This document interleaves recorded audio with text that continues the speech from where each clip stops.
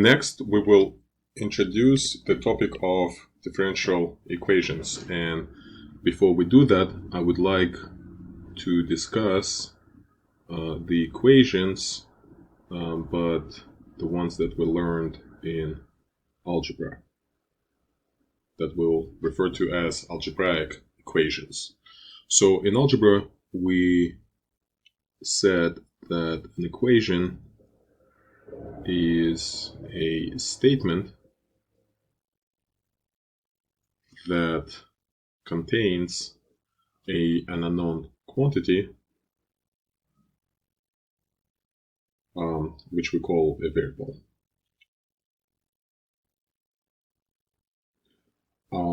It is possible for equation to contain multiple variables, but we can just focus on equations in one variable for right now. And every equation has a solution, and in case of algebraic equation, a solution is a value or a quantity, or when you have multiple variables, multiple values or quantities that make equation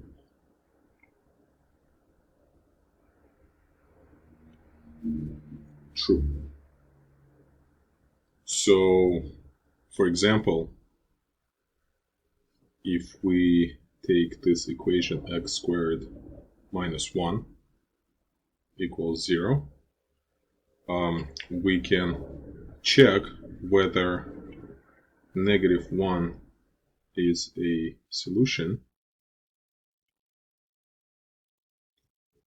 by simply replacing x with negative 1 and checking whether we have a true statement or not. So in this case, 1 minus 1 is equal to 0 is always true. Therefore, negative 1 is a solution of this particular equation. Similarly, we can check whether 2 is a solution or not. It's very easy to do. We just replace x with 2 in the equation and plug everything in, compute, simplify, and we see that 3 equals 0 is not a true statement, and therefore 2 is not a solution. One last example. Let's check, is 1 a solution of this equation? 1 squared minus 1 equals 0 is a true statement. Therefore, 1 is a solution. Now we can see that equations may have more than one solution, and to solve an equation means to find all solutions. In other words, to find all the values that make the equation a true statement. And when we find all such values, we put them together in a set, which we refer to as the solution set. And in this particular example, the solution set of the equation is has two values, negative 1 and 1. Note that to solve is not necessarily the same as to verify a solution. Just because you know one solution, it doesn't mean you know all the entire solution set. So equations may have multiple solutions, and here's an example of an equation that has one solution. It's easy to verify that the solution set of this equation contains one value, that is 3. An equation may have no solutions. It is easy to, maybe not so easy to verify, but you should see why this equation has no solutions. As we have seen in the example on the previous slide, equations may have two solutions. Equations may have 3, 4, 5, 6 solutions. For example, it is very easy to make a polynomial equation that has 3 or any number of solutions. And what's very interesting is that equations may have infinitely many solutions, such as this equation. It is may not be obvious, but true that this equation has infinitely many solutions that can be written. The solution set for which can be written like this. Oops.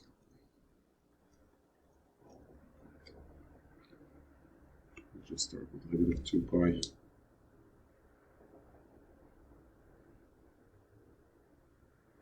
The dots here represent infinitely many solutions for which the pattern is clear. And when we have infinitely many solutions, we have an interesting challenge here. How do you write a set with infinitely many values in a nice, concise way? In this particular case, we can elegantly write the solution set like this, where k is some integer, and it doesn't matter whether you use letter k or letter n or letter c. It just doesn't matter. This is a way to express a solution set with infinitely many solutions. Now that we reviewed what equations are in algebra, we can start the conversation about differential equations. So a differential equation, and let's real quick take a look at what an equation is in algebra. It's a statement that contains a variable, and in the definition of differential equations, we're going to change the word variable to something else. So differential equation, it's a statement that contains, and instead of a variable, we're gonna say it contains an unknown function. But again, if it just does have a function, it's not a differential equation. So the reason for that, because we want it to contain a function and one or more of its derivatives. And let's take a look at some examples. So in this particular example, we have a statement that has a function, but it's not a differential equation.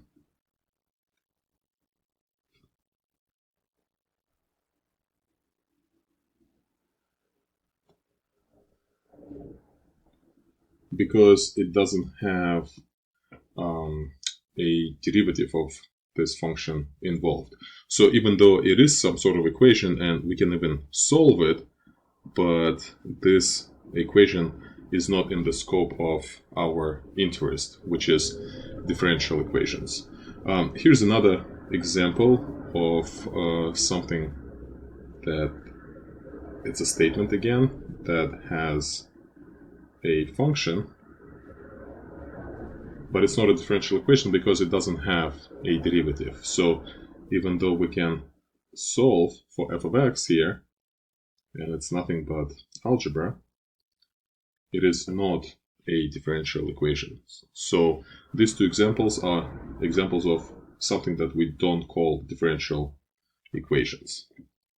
Now let me show you what a differential equation may look like. So here's an example, and I'll just make a small modification here.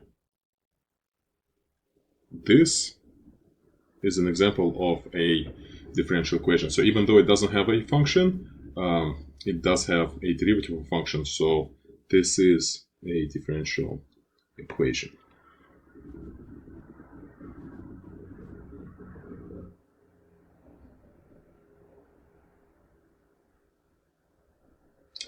Differential equations don't have to be as simple as this one. They can look pretty bad. So here's one, and we can just make it super ugly.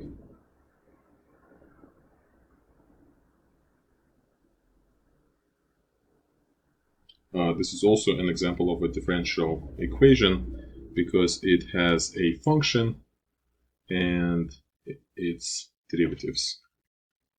And these are two examples of differential equation. Now we define the order of a differential equation to be the highest derivative.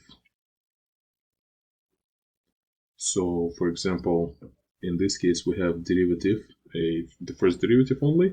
So the order of this differential equation is 1, and in this differential equation we have the derivative, the second derivative involved, so the order of this equation is 2. Now, what do we do with differential equations? Well, let's go back to algebra real quick and let's see what did we do with equations in algebra. Well, the goal was to solve the equation, and it is the same in differential equations. The goal is to learn how to solve, and to solve still means to find all, this is important, solutions. As we know that even in algebra there are equations that have infinitely many solutions. Now we just need to remind ourselves what is a solution of a differential equation is, and a solution of differential equation is literally defined the same way as a solution of any equation. So we just have to replace the word value with the word function. So solution of a differential equation is a function that makes the equation true. So immediately we know how to perform the following task. So let's consider the following differential equation. And let's answer this question. Is this function a solution?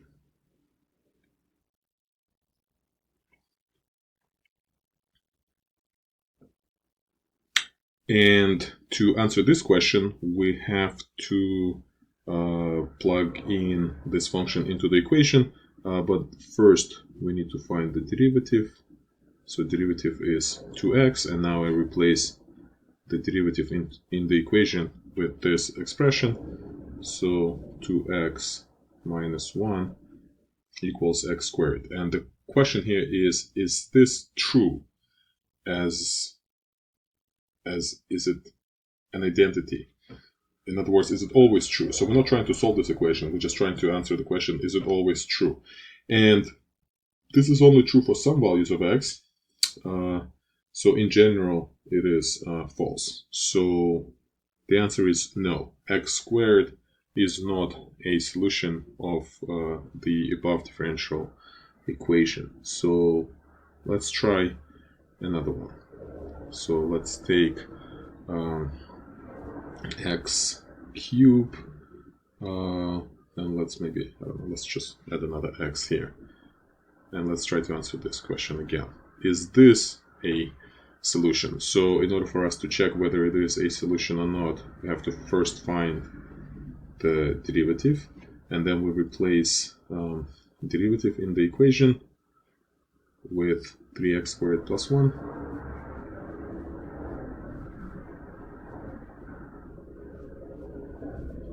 And we see that we have 3x squared being equal to x squared, which is also not always true. So the answer is no, this is not a solution. But it seems like we are getting closer to finding a solution. So let's try another one. Is f of x equals, and this time we will try 1/3 of x cubed plus x. Is this a solution? And same as above, we're going to find the derivative first. Now the derivative is x squared plus x, because 3 and 1/3 reduced to 1. And we plug in this into the equation. So we have x squared plus x minus, I made a mistake here, so the derivative doesn't have x, the derivative has 1. So we have x squared plus 1 minus 1 equals x squared, and now we see an example of an identity. So you see how x squared equals x squared? It's always true. So the conclusion is that yes, this is a solution. Now, to solve means to find all solutions, right? So just like in algebra, that still applies for differential equations.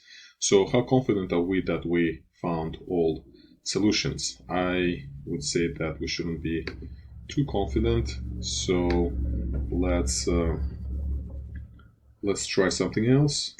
I would like to take the solution and change it a little bit and try something else.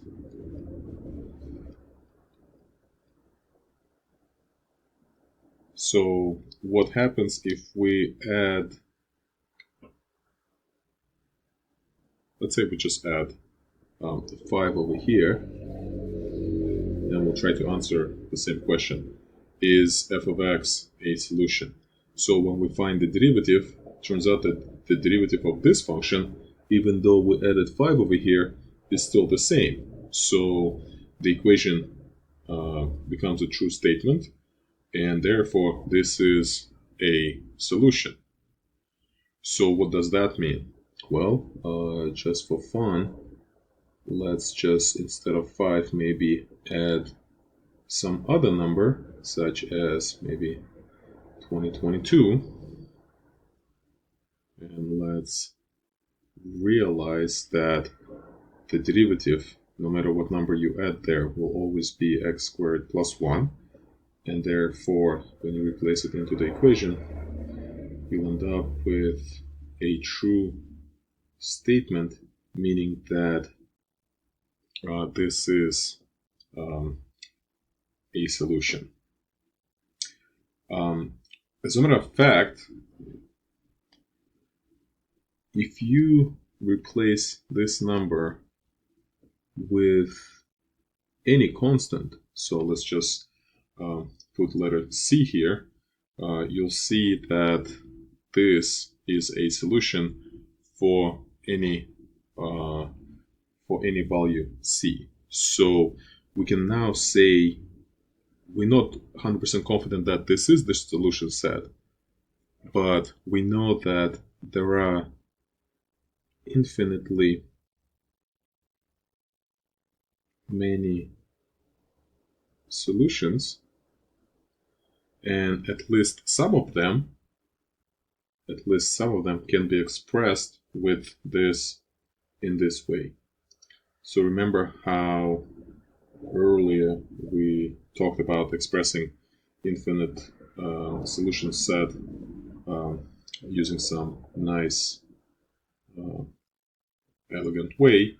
So this is one of those nice elegant ways to express infinitely many solutions for differential equations using the letter C. However, some of you may notice that this plus C looks very familiar to us. So in this particular case, only for right now, we may also notice that the same equation can be rewritten in this form, where the derivative is isolated on the left-hand side. And then if we just rephrase this question, what does it mean to solve this equation? That means to find the function whose derivative is equal to x squared plus 1, but that's literally the same as asking ourselves to find the antiderivative of x squared plus 1. And this particular differential equation can be solved by integration. So the integral of x squared plus 1 is exactly 1/3 x cubed plus x. And we'll learn to add a constant when finding the general antiderivative. And it just shows you how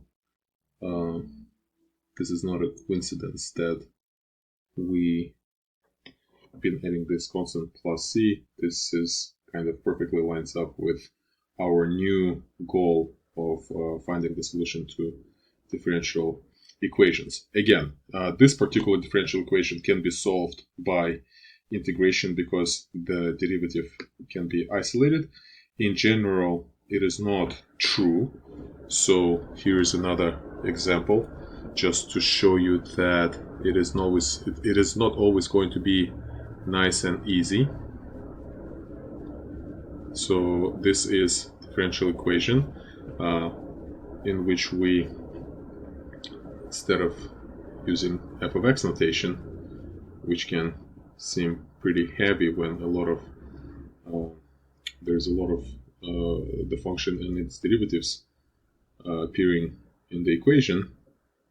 So sometimes instead of f of x, we'll just write y. So can you guess at least one solution of this differential equation? It is definitely not obvious, but let's try the following function. And again, I'll use the letter y. So is y equal negative 2x minus 2 a solution? Again, where did this negative 2x minus 2 come from? It's really not that obvious, and this is what this particular section is all about. We're going to learn how to solve this equation, but for right now, let's just check. So the derivative of y is negative 2, and now we're going to replace y with negative 2x minus 2 and y prime with negative 2. So what do we have? Negative 2 minus 3 times negative 2x minus 2. And the goal is to check whether it is equal to 6x plus 4.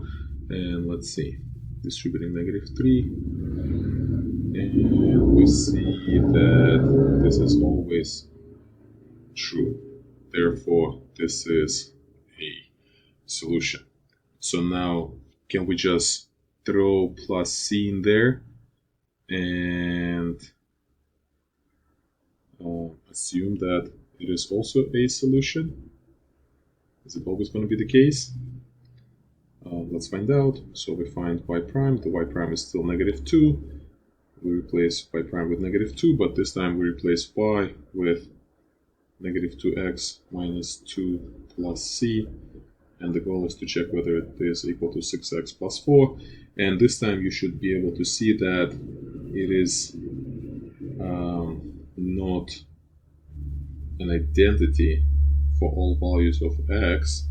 So because of this extra 3c. So throw in plus c at the end of the solution doesn't guarantee that you're going to have another solution. So it's not as easy as it may appear in the previous example. So can you figure out what would be another solution for this equation? I don't know if I mean, I know it's not obvious, but I don't want to say that you cannot do it right away. But tell me if this is obvious or not. But let's try this equation. So e to the power 3x minus 2x minus 2. Let's check whether this is a solution or not. So the derivative will be 3e to the power 3x minus 2. Now we're plugging in this into the original equation. So we have 3e to the 3x minus 2 minus 3 times. And now we're plugging the function e to the 3x minus 2x minus 2. And we want to check if it's equal to 6x plus 4. So here, surprisingly, 3e to the 3x actually cancels out. And we end up with 6x plus 4 on both sides, which makes this a true statement, and therefore this is a solution. Now, again, surprisingly, if you put c over here, nothing will change other than we're going to end up with 3c e to the 3x. So we're going to have 3c e to the 3x here, and we're going to have another extra c in front of e to the 3x here, but it doesn't change the fact that this term will be reduced and we'll end up with a true statement. So that is a solution as well. So later we will learn why this is the solution set, but for right now, just believe me. So the solution set of this equation is all the functions in the form c e to the power 3x minus 2x minus 2.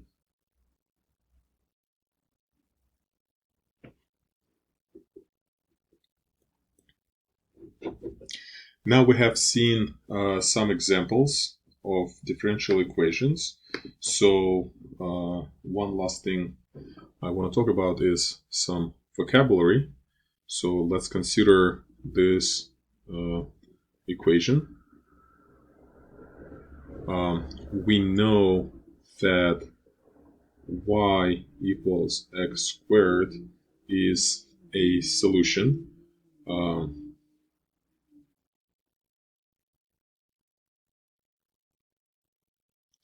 And we also know that x squared plus 1 is also a solution. So we also know that if we, instead of plus 1, write plus c, we get not just a single solution, but a whole bunch of them.